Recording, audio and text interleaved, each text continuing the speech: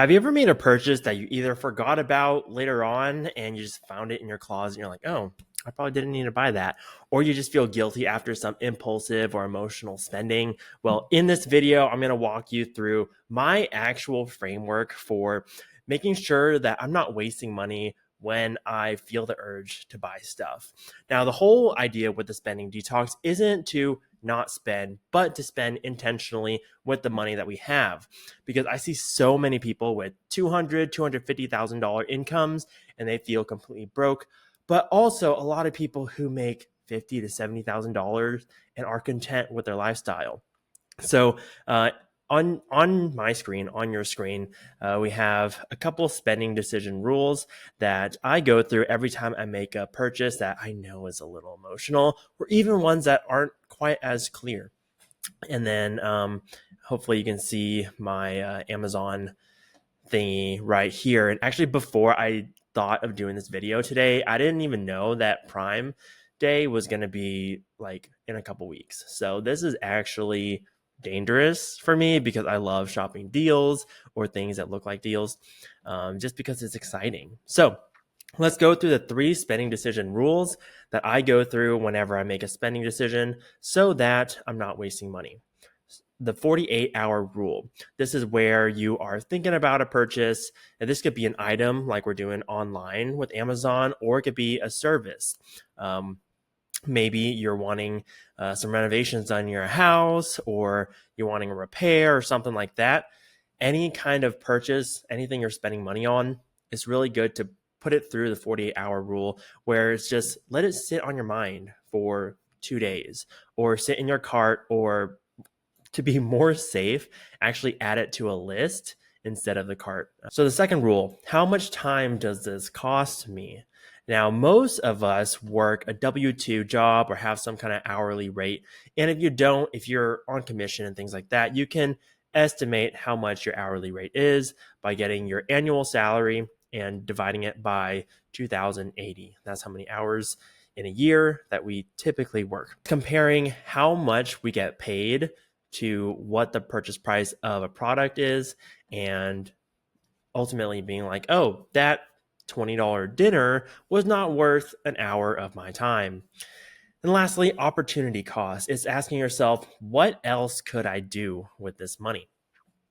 So I'll walk through some of these as we're shopping in real time on Amazon. And then I have a little bonus here. I'll show you what the impulse spending tool is. I created this for myself, and I was like, oh, this is actually pretty cool. I've saved myself maybe like $2,500, $3,000, somewhere around there. All right, let's get into this.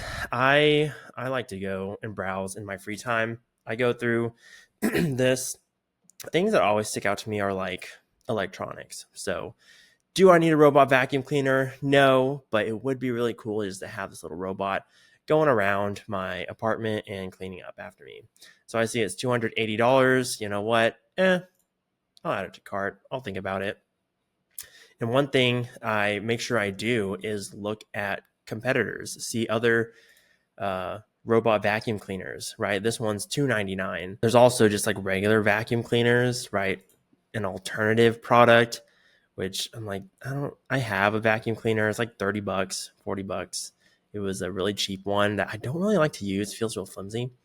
Whenever we're looking at a purchase that we're needing or we think we need, it's good to think about what those alternatives are so we can compare, is this actually worth the money?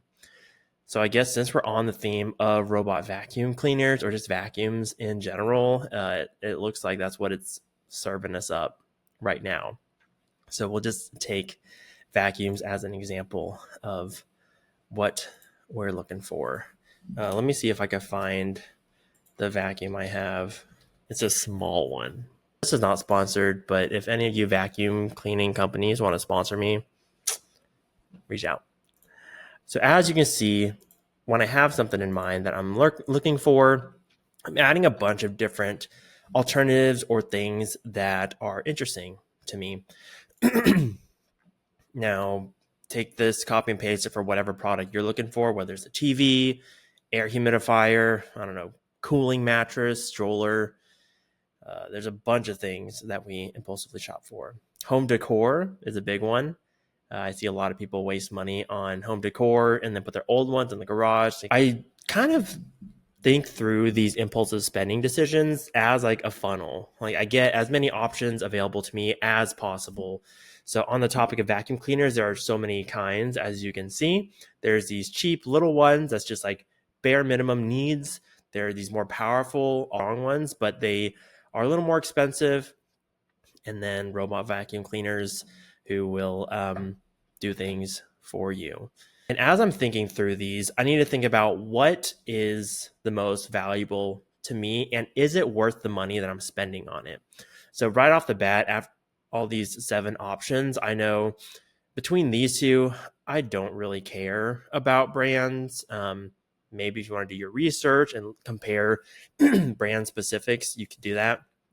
But right off the bat, I'm going to narrow down what I'm looking for. Now, do I use my vacuum cleaner that often? No, I don't. But it gets the job done. So this has been working enough for me. Now, can I vacuum a little more? Probably, but I won't. And so getting a more expensive or higher powered vacuum doesn't really make sense for my lifestyle. So I would say bye-bye to a cordless vacuum like that and this big bulky one. Definitely too heavy duty for what I'm needing. Same with this one. Now I kind of narrowed down my purchase, right? There is value that I get from having a robot vacuum cleaner. Now I've had one in the past. It's cool. It also is quite a bit of headache to like go and empty it. And so it still takes work. I need to program it, all this stuff for how much I'm vacuuming. It doesn't really make sense. Let's put it through these 3 spending rules. Okay. 48-hour rule. I would add this to my cart and see after 48 hours, do I want this? But I think I could just make a clear decision now. How much time does this cost me? So what I have now is a $30 vacuum. I already have it. The money's already spent. And this vacuum is $280. Okay. So for example, if I'm making $30 an hour and after taxes and deductions and all that stuff, I'm really only bringing home 20 or $25. I don't know what the math is, just depending on where you work. We'll just say $20 to make it easy. So that means $280 divided by 20. What's that? 14 hours for this vacuum cleaner. Now, if you have a bunch of dogs, cats, that shed and all this stuff, it might make sense, but that's a lot of time. So let's talk about opportunity cost too. If I had $280, would I spend it on a vacuum or would I spend it on something else? Or another way to phrase it, if you had a choice between someone giving you $280 or this robot vacuum cleaner, which one would you choose and why? I would prefer the cash. I'd rather buy stuff at Costco, food, save it, put it towards a business, all this stuff. And when I really think about that, it puts in perspective, maybe I don't really need this. But let's just say that I am thinking about this heavily. Let's delete this. And let's put it through the impulse spending tool. Okay. I don't know if you can still see my face. Let's see if I can move my face. Oh, my face is going to go away. That's fine. You can still see my screen. So you can find this impulse spending tool on my website or in our community, the Spending Detox. I'm going to link that down in the description. But let's start. Okay, I'll read this for you. Use this tool for a specific purchase in mind to help you pause before impulsive buys. Whether it's $5 or $5,000, this tool helps you gain clarity with your spending and align your purchases with your goals. So, have I thought about this purchase for at least 2 weeks? No, I haven't. I just came up with the need for a vacuum as I was impulsively shopping for Prime Day. So, I have not.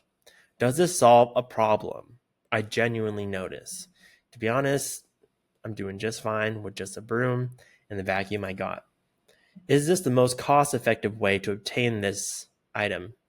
Now, for this robot vacuum, I'm pretty sure there are cheaper ones if I'm buying it on Amazon, or even better, buying it used on Facebook Marketplace.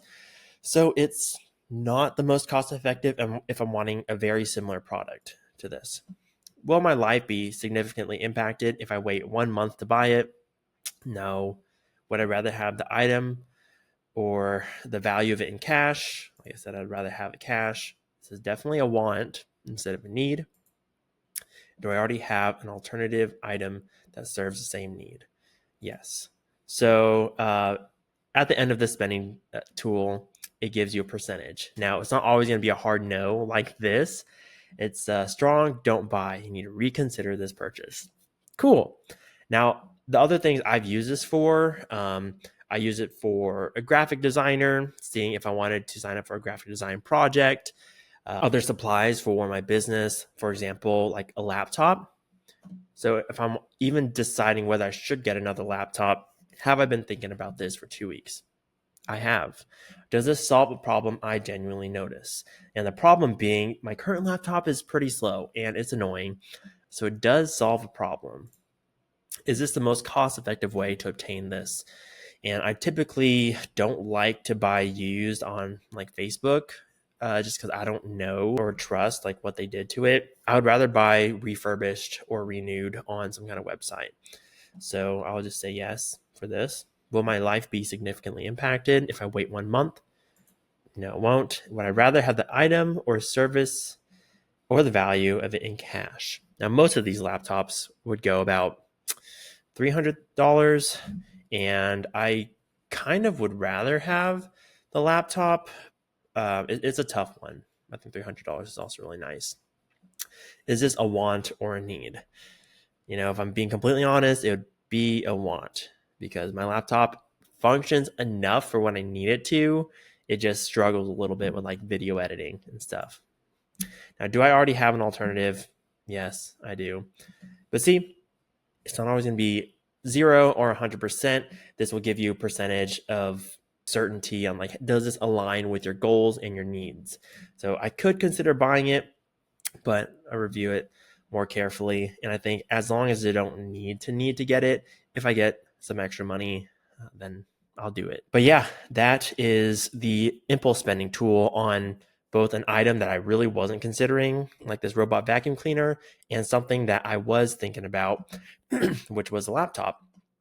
And this is a free tool for you to use. It's easily accessible in our spending detox community. So see the button right there. It'll take you to our spending detox stuff. Now I can do another purchase to walk through, but I think you get the gist of it.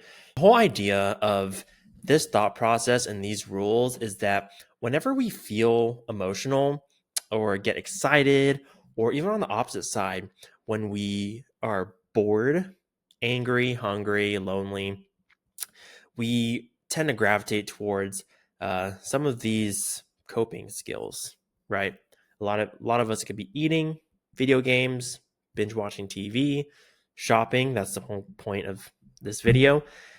And it's important to recognize that because when we are struggling with money and our spending, it's not a money issue by any means. It's a psychological, behavioral issue that we're dealing with, how we handle our behaviors with our emotions.